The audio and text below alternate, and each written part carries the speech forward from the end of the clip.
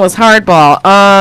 But like then, like living so close to the city and like clubbing at like a young age. So then I got to know like trans people. So like the whole idea for me, it's like, how do you have you never Have like you yeah, you know what I mean? It's just like it doesn't make any sense. They all know gay people. Those gay people are just terrified of telling anyone they're gay because of where they live.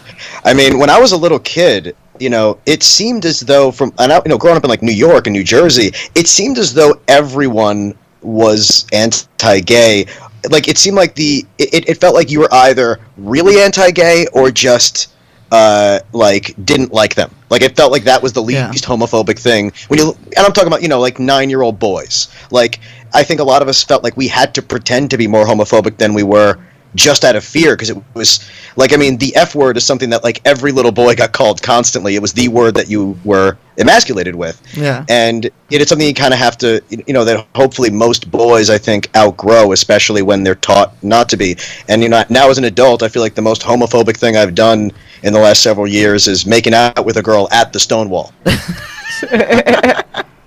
And then that's how we met. Yeah. But I think you have to look at that over like the spectrum of time. I mean, that's also been a sort of cultural change. I don't know how old you are, but I'm 28, and I think that the public consciousness has sort of changed with that. But on your point, I think to zoom out, I read a very interesting study about how most upper middle class white women in, I call it Middle Earth, anything that's not New York and California, I refer to it as Middle Earth. People that live in that region of the country do not even have another female friend of color. Yeah. And I think that that's when you have, you know, this administration that says that Mexicans are rapists and trans women are lurking in bathrooms, because you don't have the personal context of knowing an individual that identifies that way.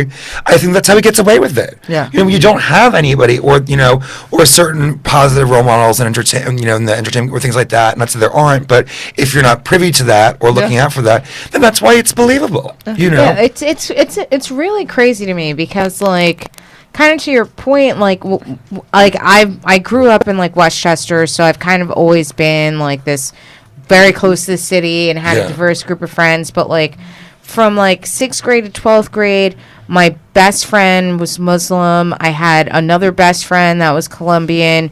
We used to all go to clubs. Like my club friends were all like drag queens and like trans women, and like I can't tell you how many times like a trans woman or a drag queen has saved my ass in a club.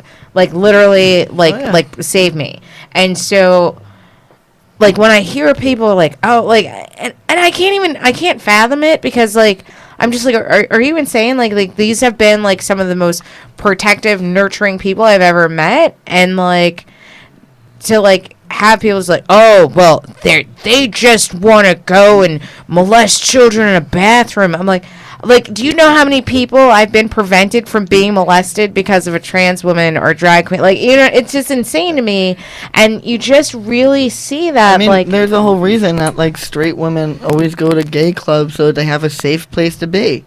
Right. I mean, like that, which is annoying as fuck for us, because we're like, get your community in check. It ain't our fucking problem. But I digress. And I think anyone that wants to use the women's room should be able to. Yeah. Because you're a fool, because the line is always longer. Yeah. If you're willing to wait, go right ahead. Yeah.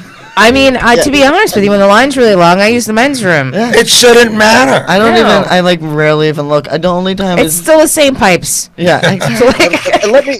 Let me just say, the thing that these people are forgetting is, you know, if a man wants to go into the woman's bathroom, he doesn't need to be he doesn't need to dress like a woman to do it. He could just walk in. And, you know, if the guy, like, I don't think the rapists are putting in the time to put on makeup. Leg work. They're not beating their face. Like, I want to ask Marissa, how do you have all these almost getting in trouble in clubs? What are you, Bruce Banner? I don't know.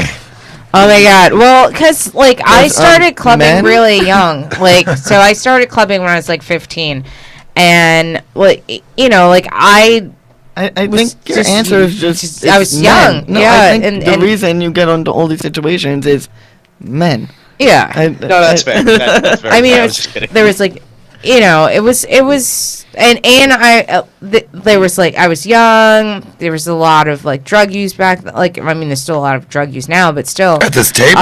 You know, I don't know. I had to wait till Dave was away so I could get decent beer assortment up in here because Dave's like, I want you focused on my show. But well, Crespo got drunk out of his mind on your beer. Who? That's that. I didn't book him. Oh. Yeah, but I didn't give him beer. It's not my fault he can't handle his beer. Nobody drive home. Our 110-pound guest had like 6 beers. Nice. Okay, that's fair. Well, you know, I can't judge how many. Seems like good people to me. I know, right? I'm like, we're from the queer community. He has no arms. He weighs very little. I wasn't bringing up the fact that he has no arms, but I don't think that has anything to do with the fact that he can't handle beer.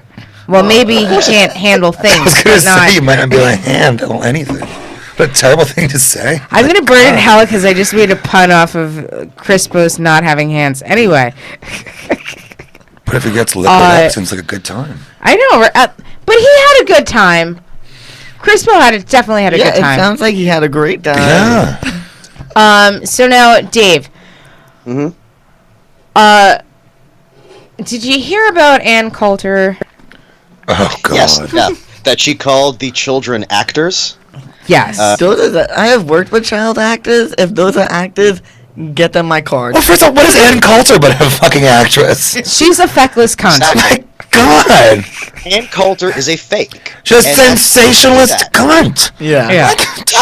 I don't even think she believes it. She's not even a good actress. I don't believe that she believes that. I mean, anymore. I think she really does really, really well for like a skeleton. Like the fact that she hasn't eaten in like a couple months. You said she acts well. She dresses very well. I'm sorry. Oh my God. Because I'm gonna have to disagree on both counts. I want to see Kellyanne Conway and Ann Coulter in the same room fight for a chicken wing. Yeah. Like that's what I want to see. The worst thing about Ann is the fact that she wants to be this, I'm just telling it like it is, and you're a bunch of snowflakes. Meanwhile, when you did the Rob Lowe roast, she was the worst sport we've ever seen. Great. She put me to sleep faster than a blind date with Bill Cosby. I mean, it's like... And I don't understand. And I honestly think that her and Kellyanne Conway have the same stylist. They have to. And it's obviously not a gay man. No, it's dressed by. They have the only straight stylist in Washington D.C. Since we're talking about Ann Coulter, can I real quick? I wrote for the that roast. Can I tell you one joke that did not make it to the show that I did? I'm begging of you. Yeah. It was what's with this dais? No black people and Ann Coulter? What are we roasting? A cross? And she'd be there toasting a marshmallow. I mean... Oh my God, she's such a... But like, wasn't she like dating like J.J. Walker for a while or something?